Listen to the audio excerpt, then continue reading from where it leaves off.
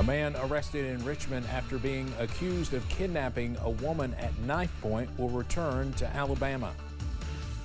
And former President Trump's White House counsel spent hours answering questions behind closed doors for the January 6th committee. And our severe weather alert day continues as we head through this evening. The latest timing and threats are on the way right now at 5:30. Dedicated to southern and eastern Kentucky, this is WYMT Mountain News at 5:30.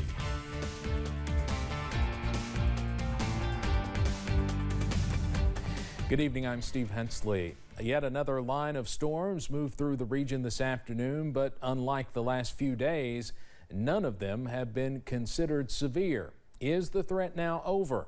Meteorologist Evan Hatter has the very latest as our severe weather alert day continues. Evan? Well, Steve, our threat right now is rather low, but I don't think it's completely over yet. We still have the possibility to see a few strong to severe storms as we head through later on this evening and eventually into the overnight and into tomorrow as well. Outside right now, well, our line of storms has finally reached Southwest Virginia. A look at our high-knob camera from UVA-wise. Plenty of heavy rain working through the area right now. We went from the low 80s into the upper 60s as that rain moved in. Still overcast at the Mountain Parkway at Slade, though the rain is mostly ending as you head up towards portions of the Kentucky River Valley. You see where the rain's been. Low to mid 70s throughout the region, though it is rather muggy with those dew points also in the low to mid 70s. Pinpoint Doppler right now.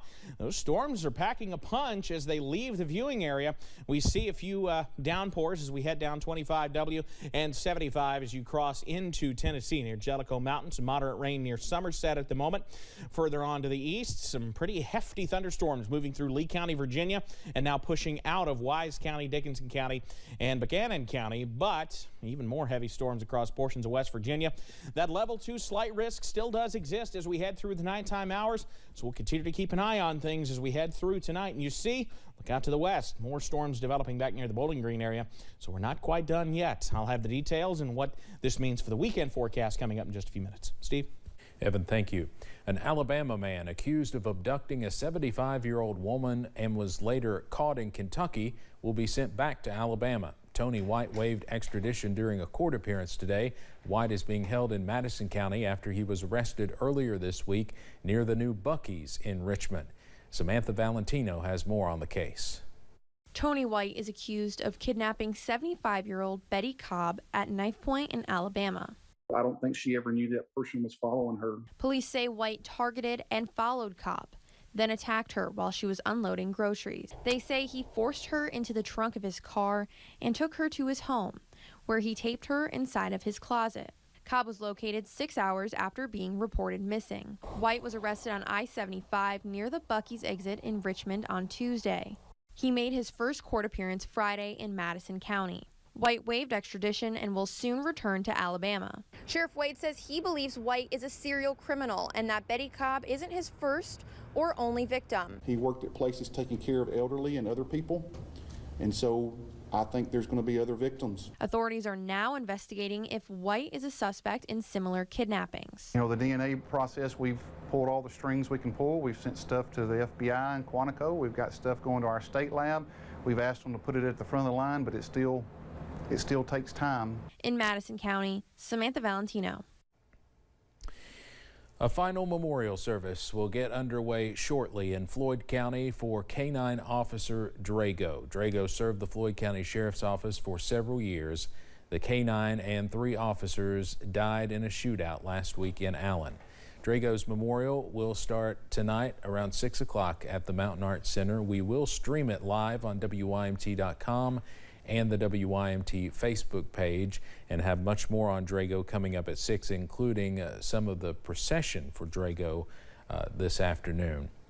Former Japanese Prime Minister Shinzo Abe was assassinated. Abe was rushed to the hospital after being shot in the chest. Doctors said they faced difficulty stopping excessive bleeding following the attack. Authorities arrested a man in connection with the incident. President Joe Biden issued a statement saying he is, quote, stunned, outraged, and deeply saddened by the fatal shooting of the former Japanese Prime Minister. Abe had a strong relationship with the U.S. during his tenure. He traveled to Pearl Harbor with then President Barack Obama and was the first world leader to meet with then President-elect Donald Trump. He also had meetings with Joe Biden while he was serving as vice president. Abe stepped down in 2020 for health-related reasons after becoming Japan's longest-serving prime minister. For several hours today, former President Trump's White House counsel, Pat Cipollone, answered questions behind closed doors. The House committee investigating the January 6th Capitol assault compelled him to appear in person despite his prior informal contact with the panel. Members believe Mr. Cipollone has exclusive insight into the former president's actions before, during, and after the attack. CBS's Skylar Henry is on Capitol Hill with more.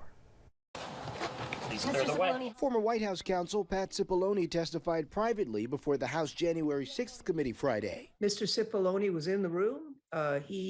We have testimony from others about what he said and did, but there are some things that we need to hear from him about directly. The deposition comes more than a week after former Trump White House aide Cassidy Hutchinson referenced Cipollone while describing former President Trump's unsuccessful demands to join the angry mob on January 6th. Mr. Cipollone said something to the effect of, please make sure we don't go up to the Capitol, Cassidy. Keep in touch with me. We're going to get charged with every crime imaginable if we make that movement happen. The committee subpoenaed Cipollone 24 hours after Ms. Hutchinson's appearance, eventually reaching a deal for Friday's taped testimony. The committee is getting ready for its next public hearing. On Tuesday, CBS News has learned that the focus will be on the mobilization of the mob by domestic extremists and far-right groups. Stuart Rhodes, founder of one of those far-right groups, the Oath Keepers, wants to testify under oath before the House panel, but only if it's televised live, according to his attorney. Rhodes has already been privately deposed by the committee. He and members of his group have also sought postponements in their criminal trials on seditious conspiracy charges stemming from the January 6th assault. Skylar Henry, CBS News, Capitol Hill. CBS News will have live coverage of Tuesday's House Select January 6th committee hearing. It's scheduled to start at 10 a.m. Eastern, according to the committee's website. The ACLU calls it the public's most effective tool against police wrongdoing, video recording, which is why the group is upset about a new Arizona law limiting it. The bill was just signed by the governor this week. It lets police tell someone to stop recording if they are within 8 feet of law enforcement activity. And if they don't, aside from a few exceptions, they could get charged with a misdemeanor.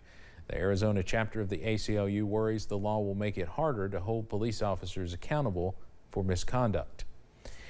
Well, here's some good news on the economy. We saw a healthy boost in hiring last month, 372,000 jobs. That's more than 100,000 than economists expected. It's a good sign the labor market is still moving towards a post-pandemic comeback, even as recession worries remain. The latest numbers came out Friday in the Bureau of Labor Statistics monthly jobs report. Unemployment held steady at 3.6%. That's still close to the 52-year low we hit in the months before the pandemic. Sometimes you just want to make life a little easier, especially when it comes to your finances. Consumer investigator Rachel DePompa talks with an expert about the pros and cons of automating your bills in this Watching Your Wallet. Setting up automatic payments for bills can save you money and just make life easier, but there are a few things that you need to be aware of before you try it. Kim Palmer, a personal finance expert with NerdWallet, says automating your finances is a good idea because it saves you time and eliminates any chance you'll forget to pay a bill and get hit with a late fee. But she says, before you set up automatic payments, go over your cash flow. You want to make sure you have a really solid understanding of the money coming in and the money going out each month before you set up any automation. In some cases, you can actually select the date that you have bills withdrawn from your account, so you can make sure it happens after your paycheck clears. Palmer says you do want to start with your bills that are predictable, where the number is reliable and does not fluctuate. Things like a condo fee or your rent, insurance payments, phone or cable bills. For some bills like utilities or credit card statements, you could suddenly have a much bigger than anticipated expense. And then that could mean that you over withdraw your account, or you just need to take a closer look at what's going on there. Palmer says don't automate and then just forget about it. You want to review all of the payments coming out of your account every month to make sure nothing has changed and there are no mistakes.